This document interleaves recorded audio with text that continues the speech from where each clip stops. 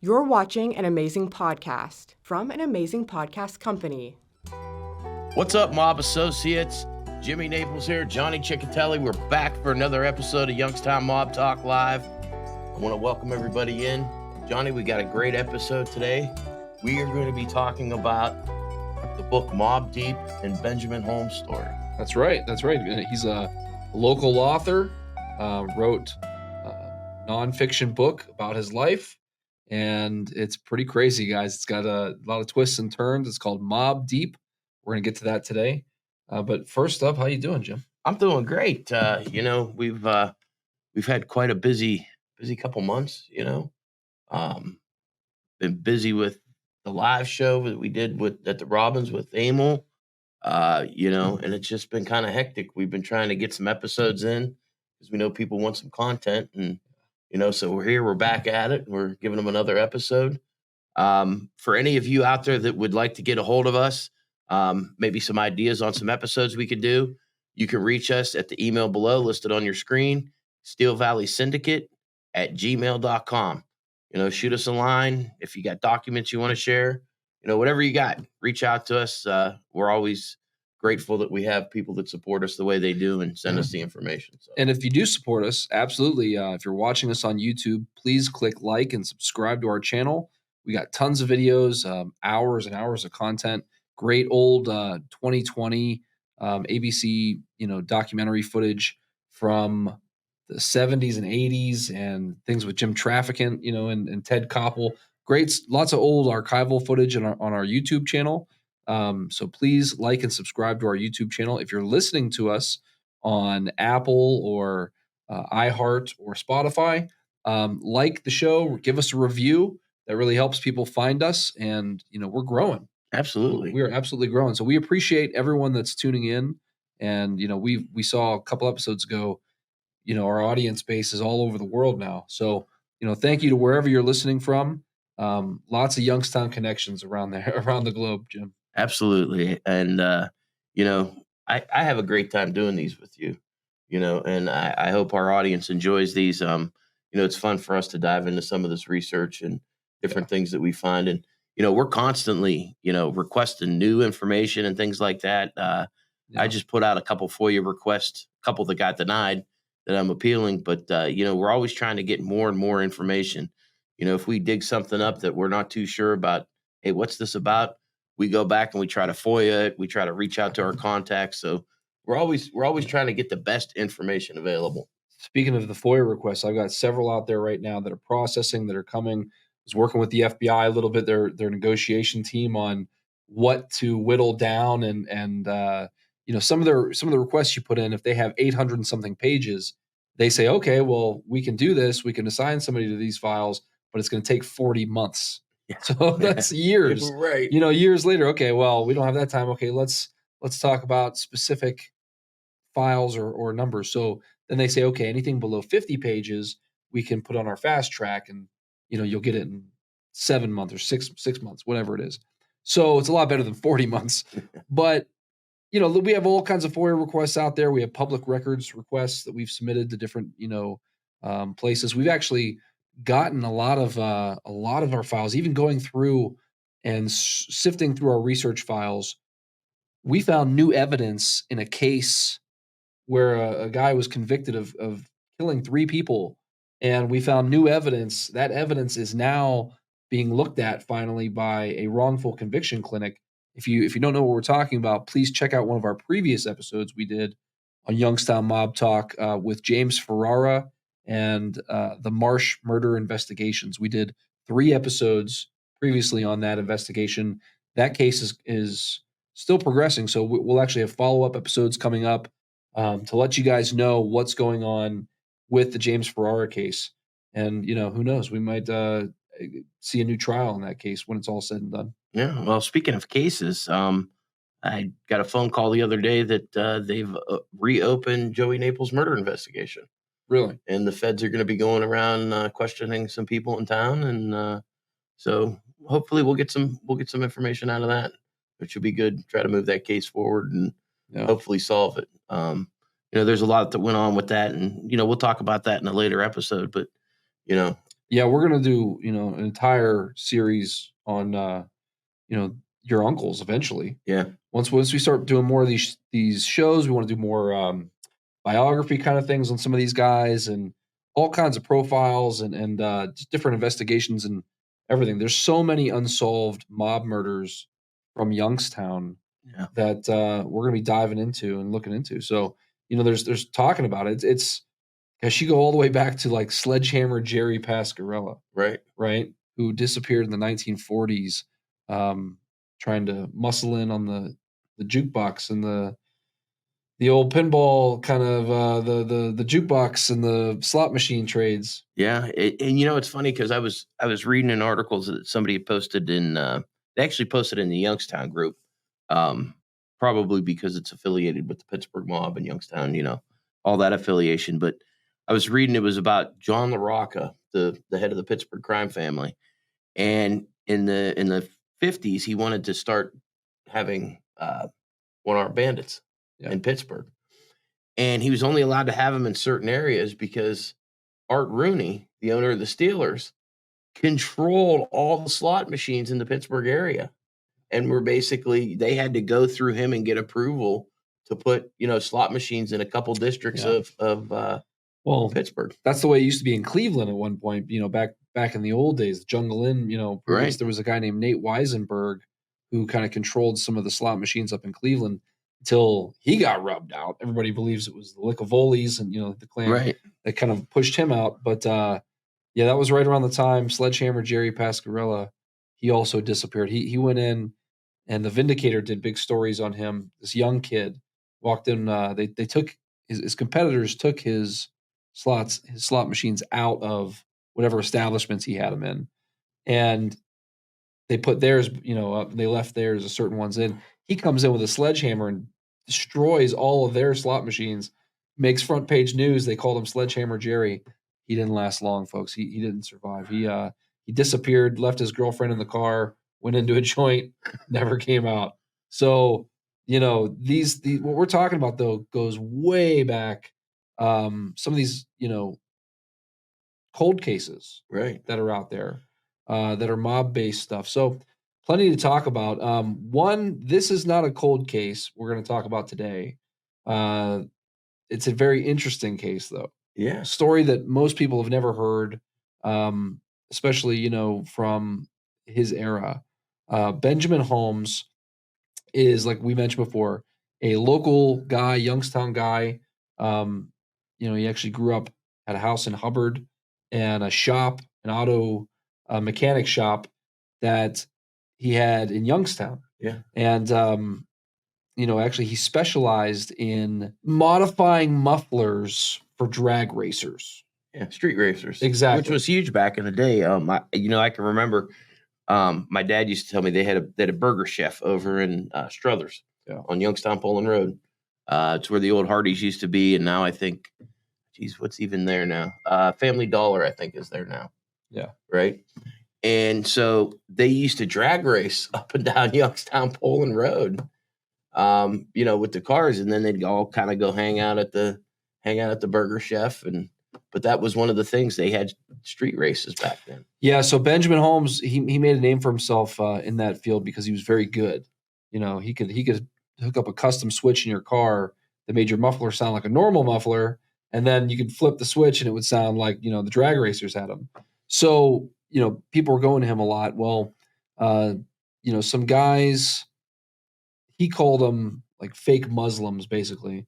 First of all, Benjamin Holmes, the perspective that he tells, which is unique on this story, is, he's an African American. He's a black guy in 1970s Youngstown, and he's got a business that he runs until these guys that he calls fake Muslims, these other brothers, come to his place and they start muscling him, and they basically push a plan on him of changing some lawnmower mufflers into silencers for pistols.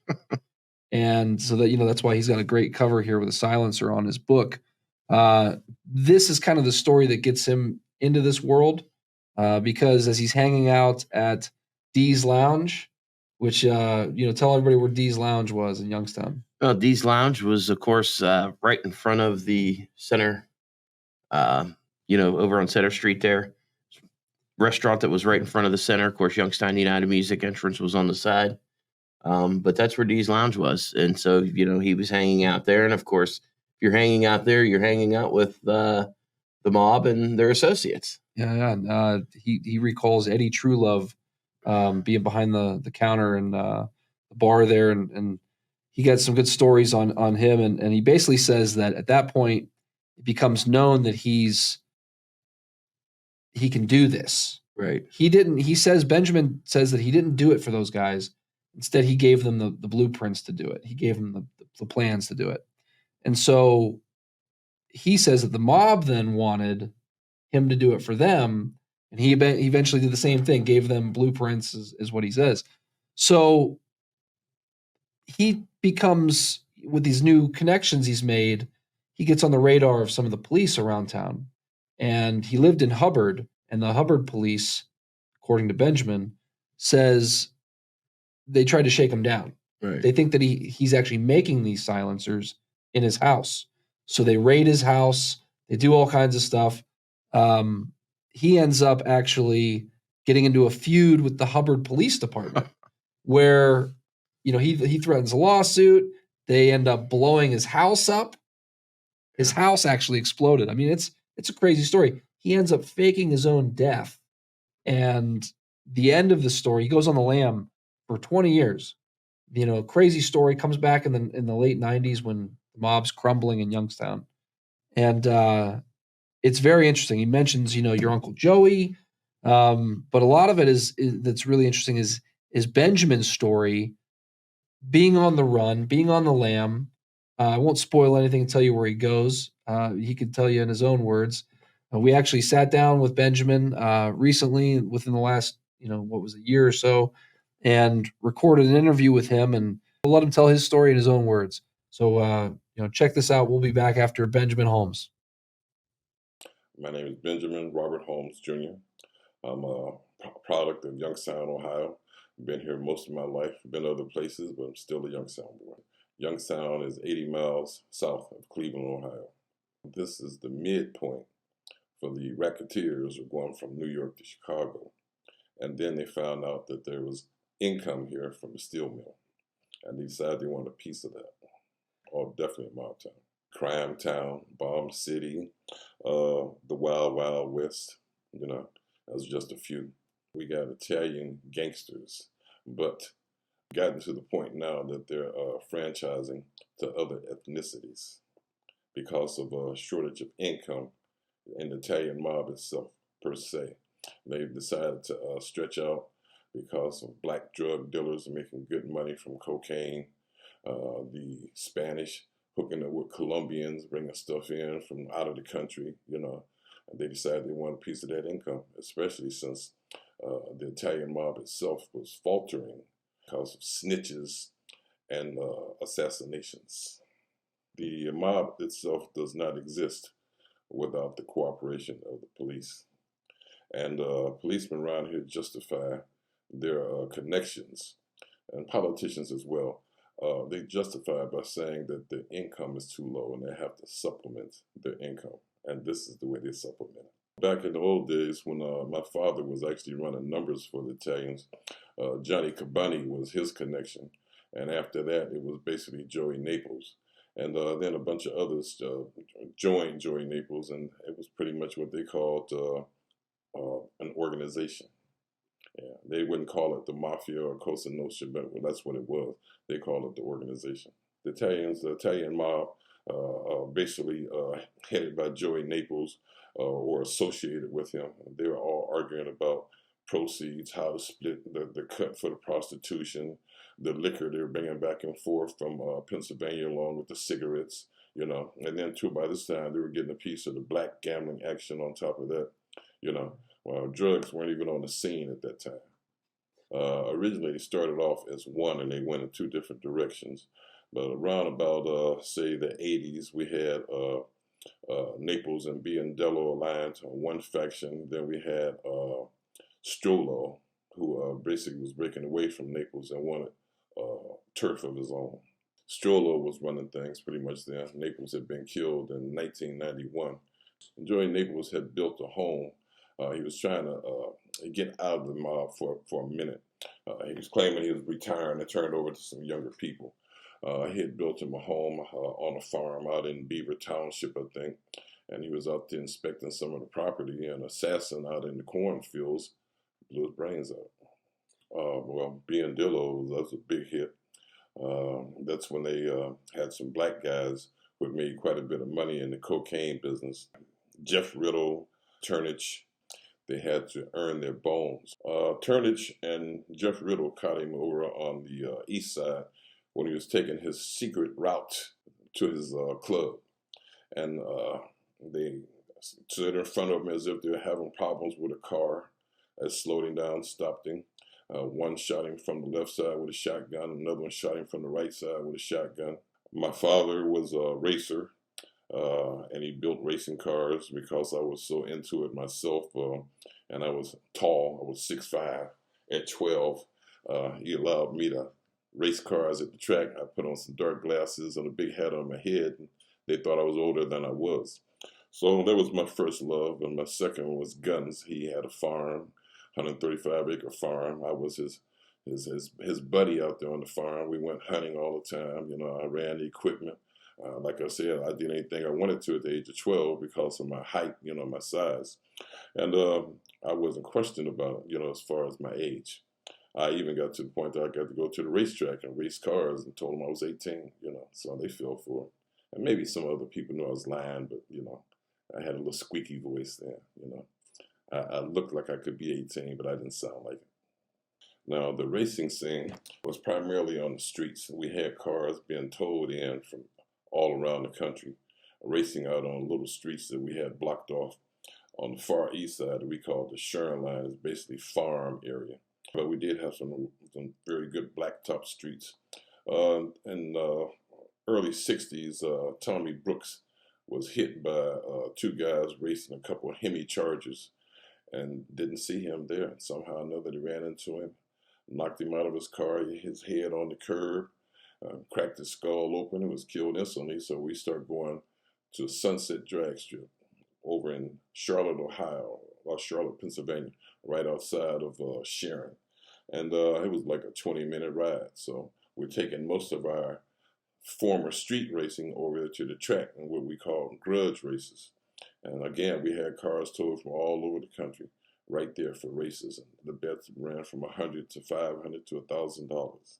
As one kid called the Greek would not race his car for less than $1,000. Yeah, he pretty much set the par. I knew a bunch of Italians because my father had run numbers for him out of a gas station he had.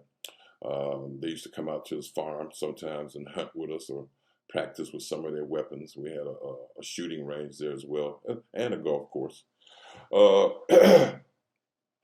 Because of my father's association with him, the kids that I went to school with, the sons of the racketeers, befriended me. We raced cars together. We actually had a little racing club together, you know.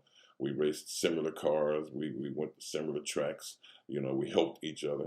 So we grew up, we graduated together, and we're pretty much just a close-knit type family. And they came to me because I was producing a product then that was allowing full race cars to drive on the streets with a silenced muffler, and then with the pull of a switch, you can open the exhaust up for full competitive racing. And they like that. They can drive their cars, race the car, and close the pipes off and drive back home without being harassed by the police. So it came to them, the ones in the know who had problems with some of their old heads who used to make silencers for them. These people had died off, you know, they got Alzheimer's. They didn't pass this trade down to their sons and grandsons. So they came to me and told me, we heard about you making special mufflers for the racing cars. Well, what do you think about this? And they showed me some blueprints for a gun silencer, which is essentially a muffler for a gun. It was hospital. And that was a hot area. They called that Little Harlem right there at that time, 63 to 66 in that area. people were working in the steel mill then. They had decent jobs. They were making good money. They had a little extra income. They invested and take a chance. And the bug was so popular because it paid better than the regular numbers did. Later on, we got legal numbers here, but over in Pennsylvania, they had legal numbers then. You could do the lottery and stuff like that. But the bug paid very well. It paid a much higher percentage than the state lotteries did. The black numbers racket was, and the Hispanic numbers racket were very competitive with the Italian racket. And if you want to get somebody to work with you, you simply give them higher percentages. You give them higher payoffs. The Italians saw this and they saw that it was profitable, and naturally they saw a good thing and wanted a piece of it. That's when they started expanding. First they went to Hispanics and they eventually went to blacks. And in the 90s, as quiet as it's kept, the Italians were pretty much defunct from assassinations and snitching until they were propped back up by black and Hispanic drug money. The Italians themselves had mentioned something to that effect, but they weren't the ones that approached me with the blueprints. Like I said, once you start putting race aside and the main interest is money, then you have a multiplicity of ethnicities working together for a common good. Now, Joey Naples wasn't in favor of this. Some of the other factions, some of the people under him were.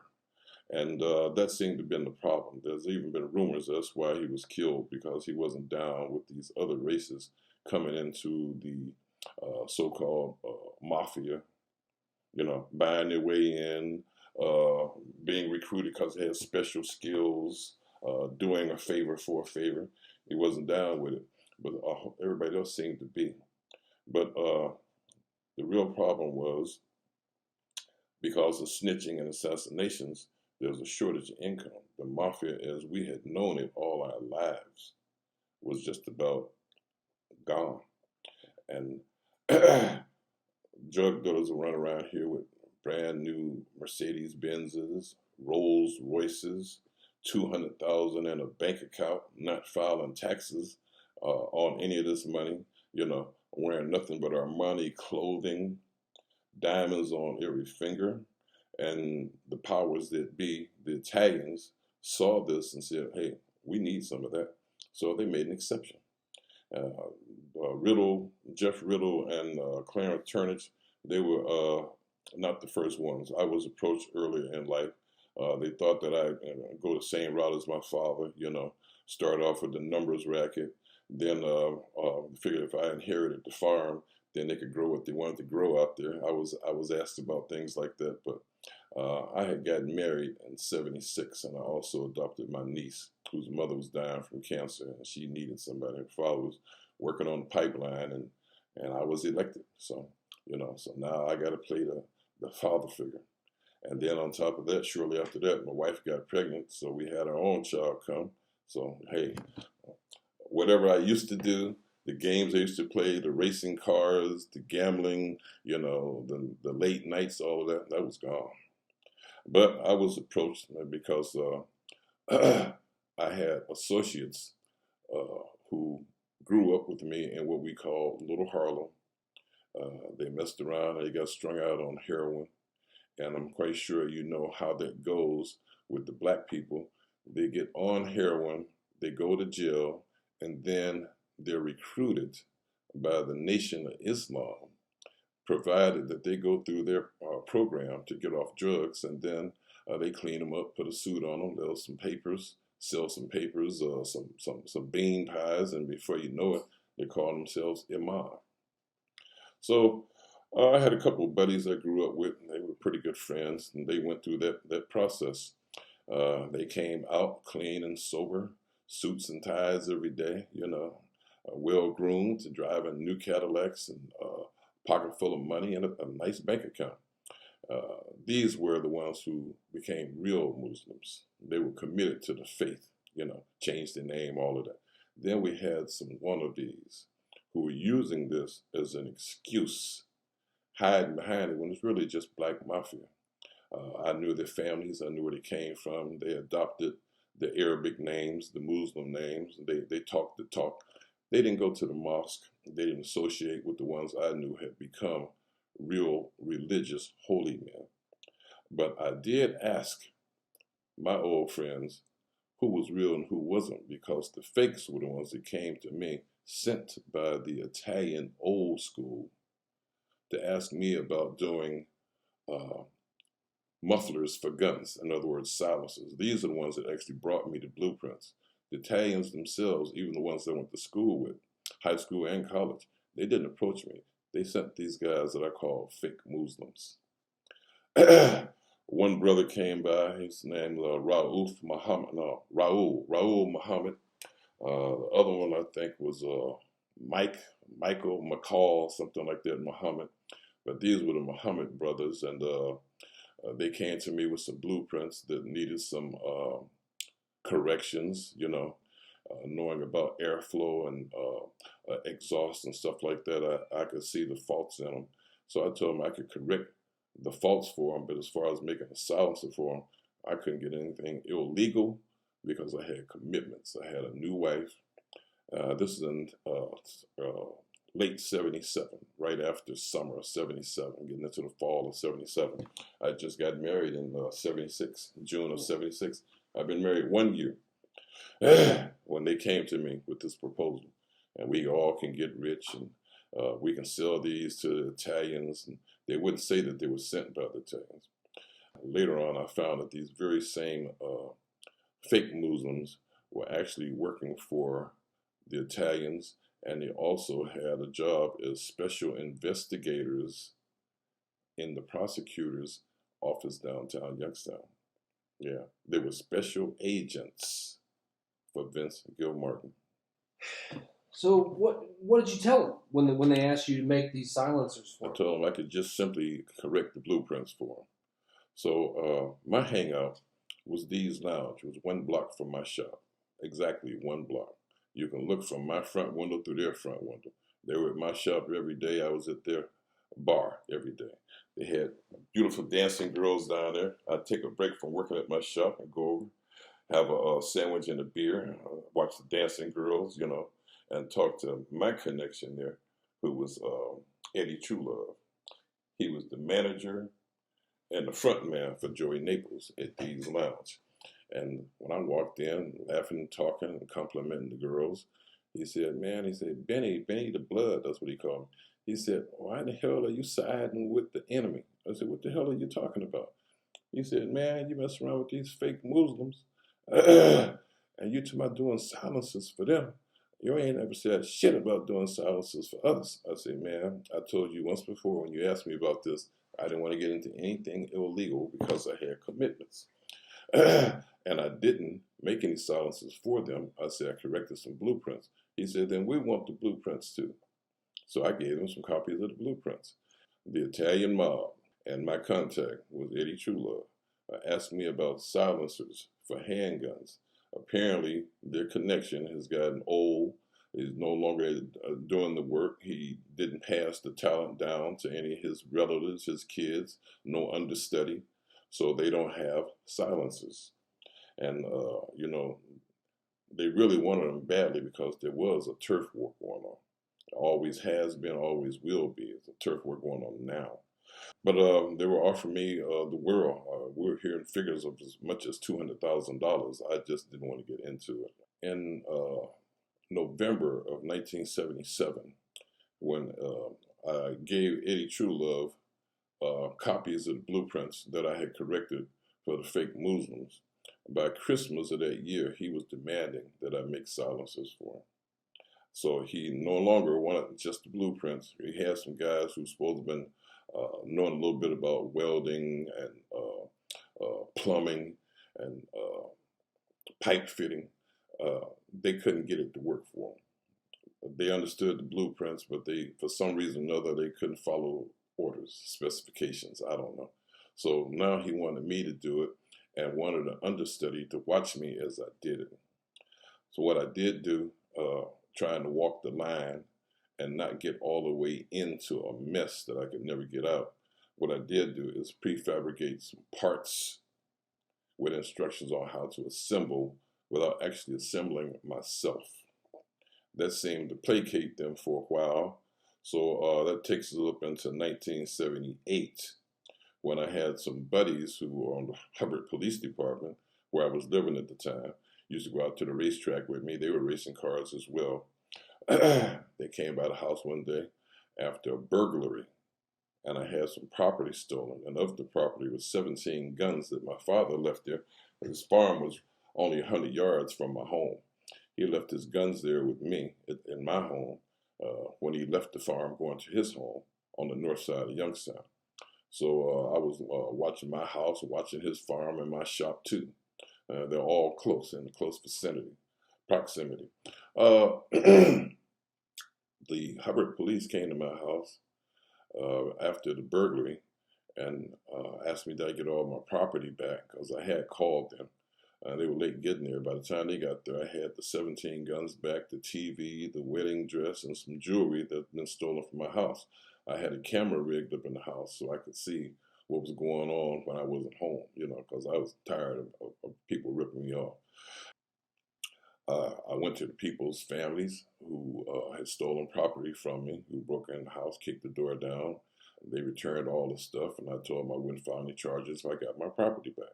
Chief Garano, who was a lieutenant, I guess you could call him, for the Strollo, his territory was right there where I was living, in the Hubbard area. He pretty much ran the Hubbard Police Department, and his partner in crime was the chief of police, John Karlovic. John Karlovic used his office there to intimidate and extort money from people who owed his niece drug money. He was an enforcer for his niece's drug operation. He and Karlovic, he and Jeep Garano kept things tight in that area. When I moved out there, all I knew was my father had a farm out there, but my father knew all of this. He told me this in time when I questioned him about it, but he didn't volunteer it. I wasn't supposed to be a part of that life. I was only supposed to go run my shop, sell my mufflers to racing car drivers who wanted to race on the street. I was supposed to take care of my niece and my daughter and look after my wife, and that was supposed to be it. So I fell into something I hadn't even anticipated. And that's when he brought it to me about they were all connected. They were all the same. Jeep Garano, Naples, the chief of police, John Karlovic, the niece who was heavily in the drug game, dealing with the Colombians. That's the kind of connection she had. So I was trying to keep my nose out of all of it and not be bothered. I was going to a little club up the street from my house for a Halloween party. I was going down to my house to get dressed for the party. I didn't have a costume, so I had a pumpkin orange suit I was going to wear to the party. I went home.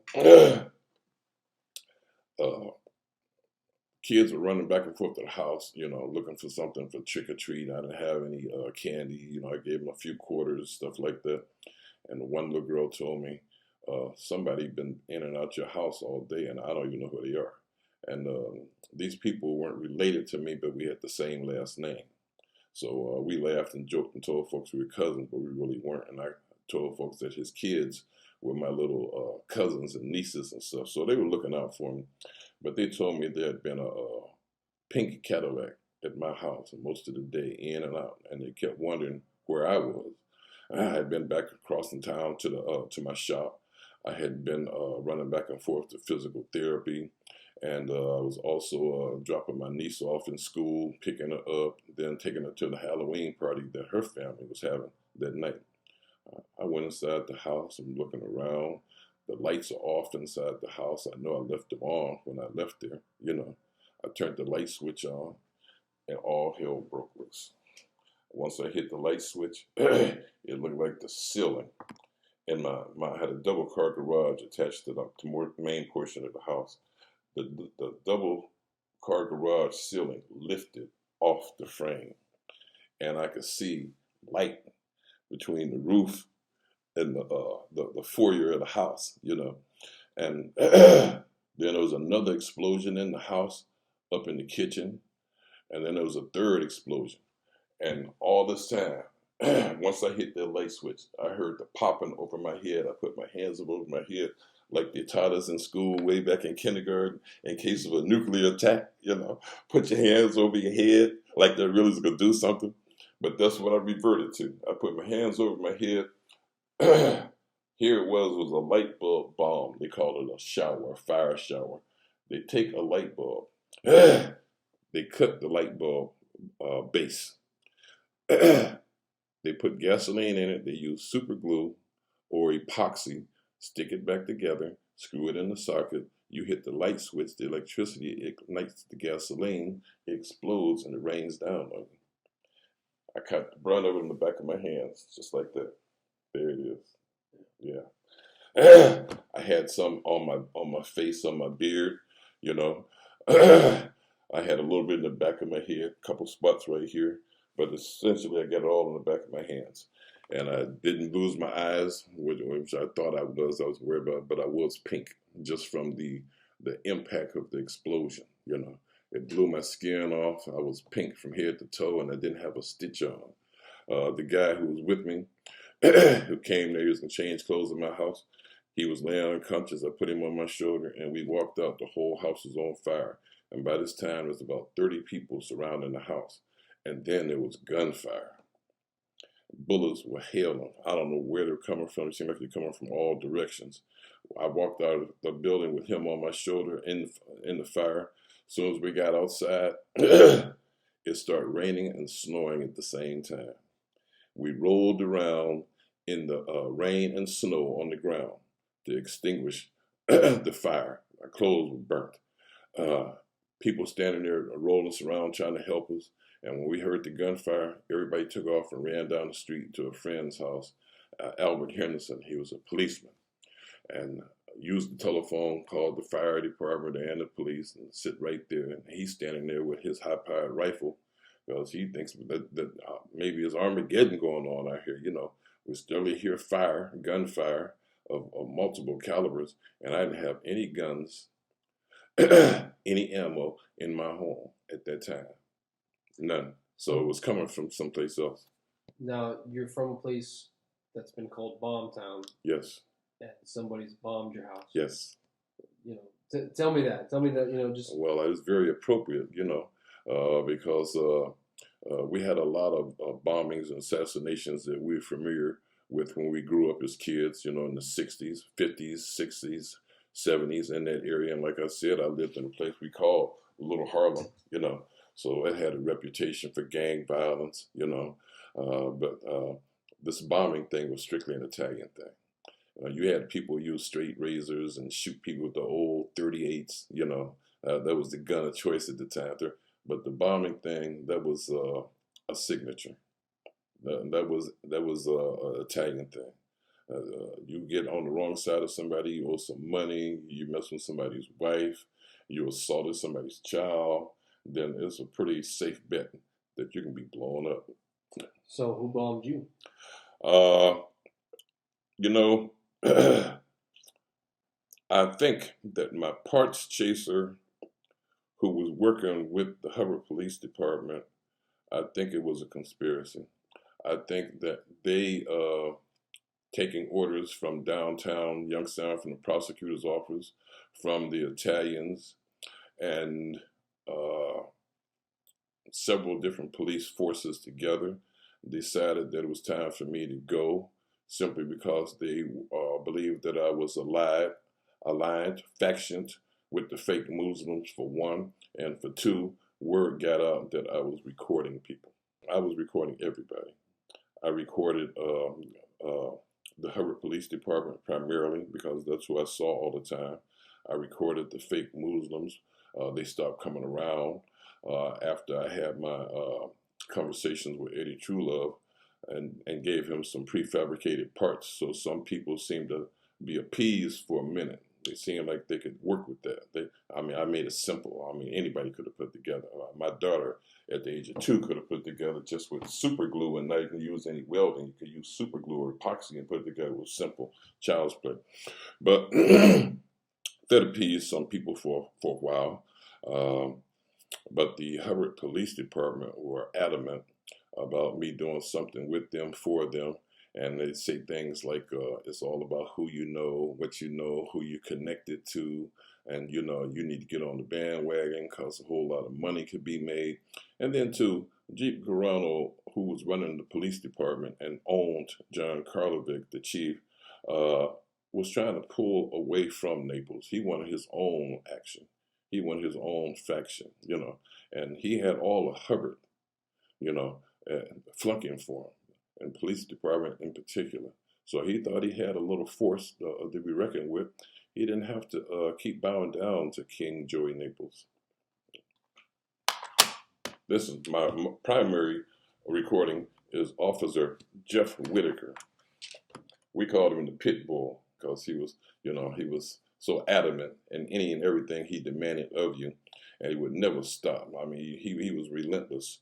But this was his main conversation all the time about the money we can make, the things we can do, and I'm holding up production.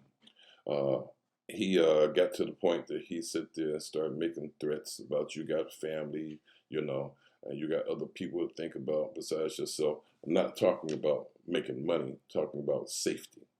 So these what I call veiled threats. So I thought it would be advantageous to carry a voice-activated recorder, with me everywhere I went. Because some of the stuff I was telling people didn't believe it. I worked part-time as a private detective for Haynes and Breckenridge, black attorneys, real big in Youngstown at one time. One of the brothers actually became a judge. But I told them my dilemma, and they basically told me that they had gone through the same thing when they had a gambling joint over in Warren. So they couldn't give me any good advice because they were basically slaves for the same faction, going through the same thing. Trumbull County and Warren is pretty much being run by the same people in Hubbard, Garano and Karlovic, and the sheriff, Jackness. They're all in league together doing the same thing. So I got nothing from them. I decided I'd go to the FBI, the local faction. And this is the thing about that. Stanley Peterson was formerly a top agent at the FBI. He gave up that job after giving Joey Naples the file they had on Joey Naples and became the chief of police in Youngstown, Ohio. Joey Naples essentially picked him to be chief of police. And I really didn't believe it myself, but I witnessed him down in one of Joey Naples' bars one night, selling some leather coats that had been stolen from Hartzell's Rose and Son and bags of cocaine to some associates of mine, like he was selling snow cones at Idora Park. Joey Naples essentially picked Stanley Peterson to be the next chief of police in Youngstown, Ohio. So yeah, there's no one to trust. Nobody to trust. The FBI had been compromised. The people I went to see at the FBI, I met through in-laws of mine who were in the IAD, Internal Affairs, at the Mahoney County Police Department. We raced cars together. We knew each other for years. And I eventually married one of their cousins. Yeah, so I knew them before I knew my wife. But they were looking out for me. They connected me to FBI agents, Internal Affairs. And they did the best they could do, but everybody was bought. As a newspaper reporter once told me, we make our living from the scraps that the prosecutors and the police throw us. We can't cut our own throats. I went to them too. Yeah. All right, so we're getting long on time here. You've set up a very vivid world of what Youngstown was. Right. The corruption, the mob control.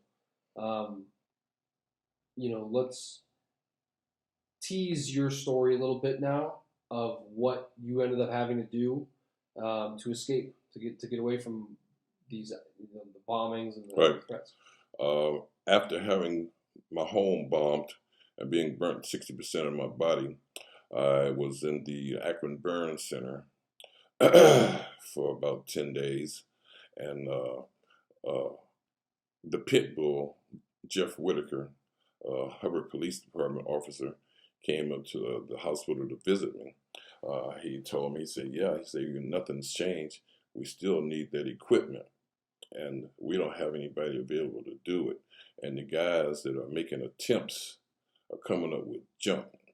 These are your blueprints. You're the engineer.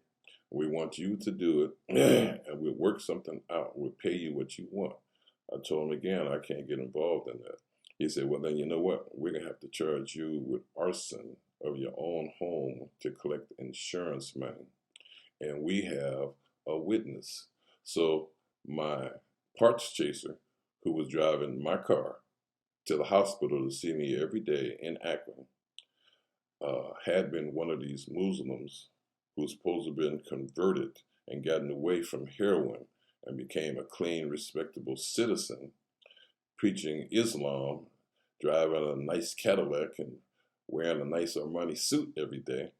He had not gotten off the heroin. He was still strung out, and they threatened to put him in a cell and hold him, let him go through cold turkey withdrawal. And that's when he decided that he'll say whatever he wanted them to say.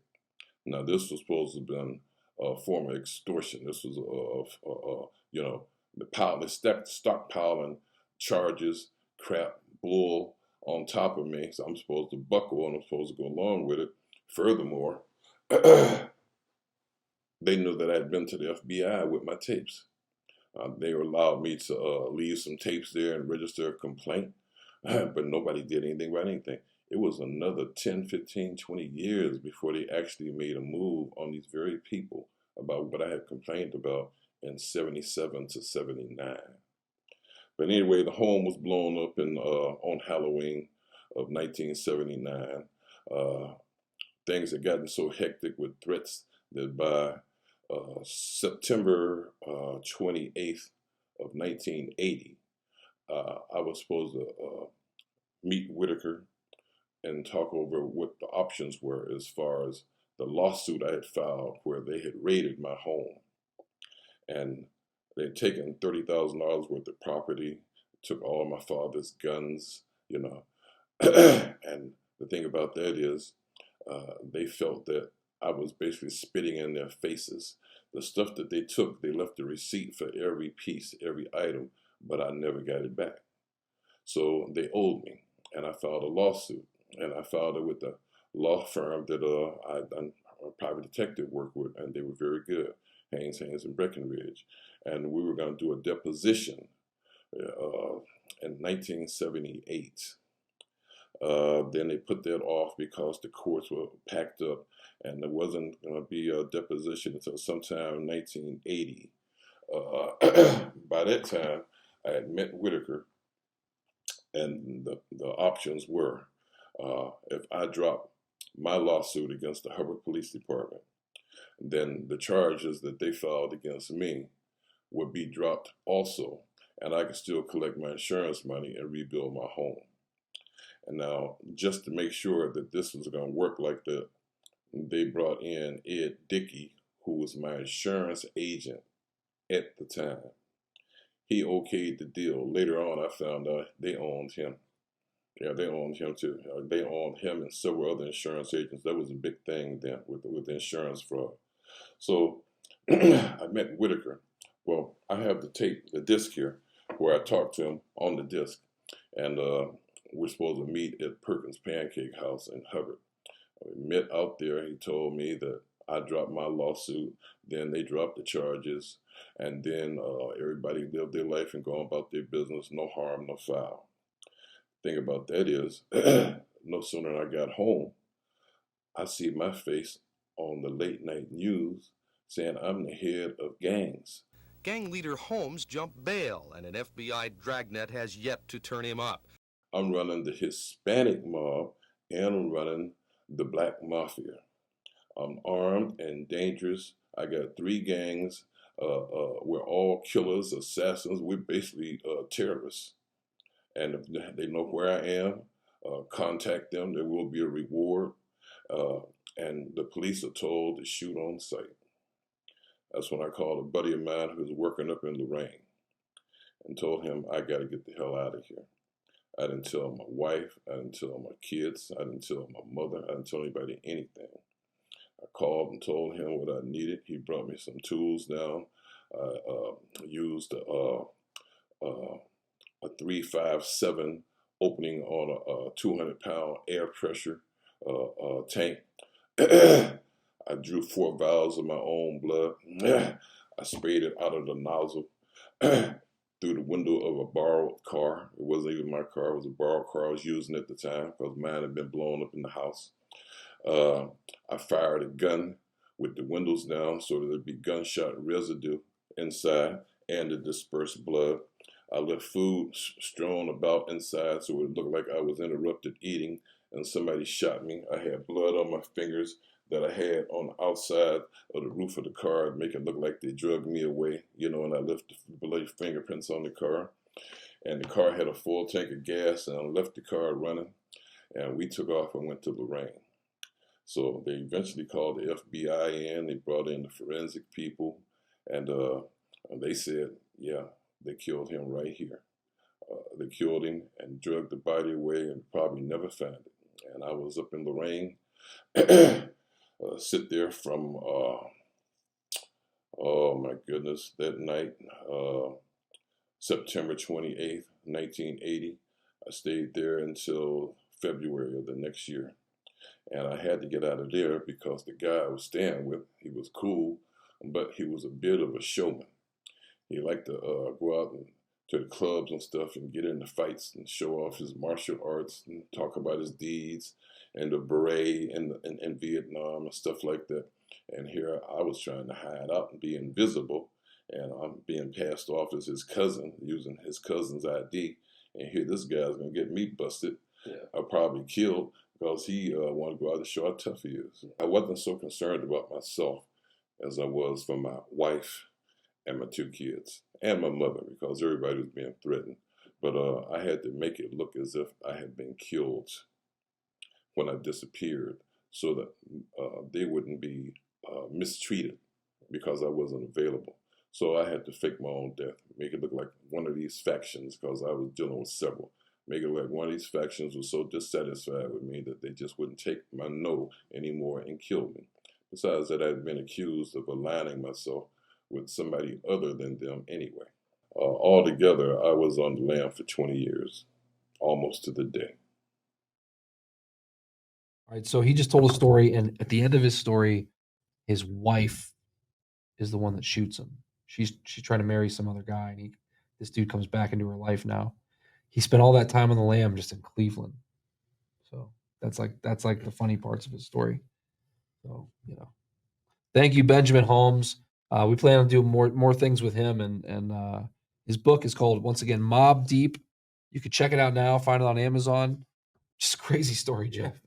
Nuts. But hey, like we say, only in Youngstown, right? Yeah. The crazy stuff happens here. It's crazy. And then the fact that his wife shoots him and he plugs the bullet holes with his fingers, and his brother happened to come visit and get him to the hospital and saved him. But it's just it's crazy. You can't make this stuff up. The truth is stranger than fiction. Yeah. It really is. The New York Times did an article on him, on his story, and that was one of the first things I read on him, which was fascinating. But he's an interesting guy. He actually has tape recordings from back in the day. He was paranoid. He recorded everybody. He recorded the Hubbard police detectives, the guys that were shaking him down, that came to, that raided his house, that took all his stuff. Just a crazy story. And as you mentioned, I mean, but in Youngstown, it's not surprising. But thank God he did, though, because if he didn't have those recordings, I don't think anybody would have believed him. Yeah. You know what I mean? Yeah.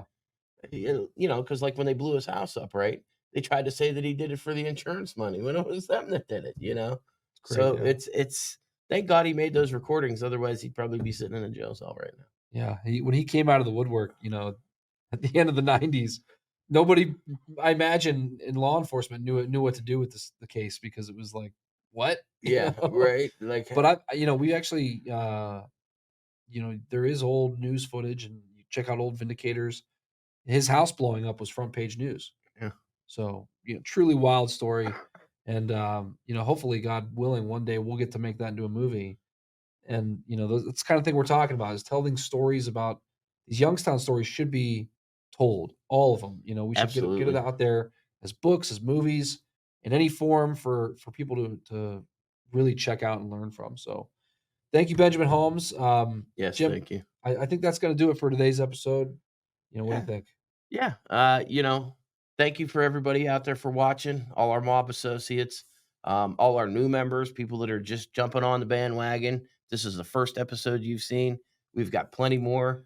Make sure you check us out on YouTube at Amazing Podcast Company. We got all our stuff on there. I mean, we've got Mob Talk. We've got Vice Squad. We've got Youngstown Still Standing.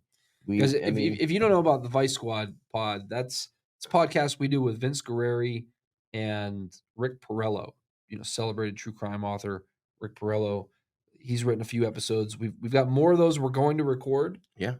So check those out right now. The first 6 are up there, and we spent a lot of time on those, and to get them out there, we really appreciate everybody that watched those, because those are got thousands of views. Absolutely. So thank you to everybody on that. But check that out, the Vice Squad pod. That's also available wherever you get amazing podcasts. So Apple, Spotify, iHeartRadio, any place like that, just like Youngstown Mob Talk. So, thank you guys. So we'll see everybody soon. For Jimmy Naples, I'm Johnny Chechitelli. Ciao. That was an amazing podcast from an amazing podcast company. If you enjoyed the show, please click the like and subscribe buttons and share it with your friends. It goes a long way in helping us produce more amazing content.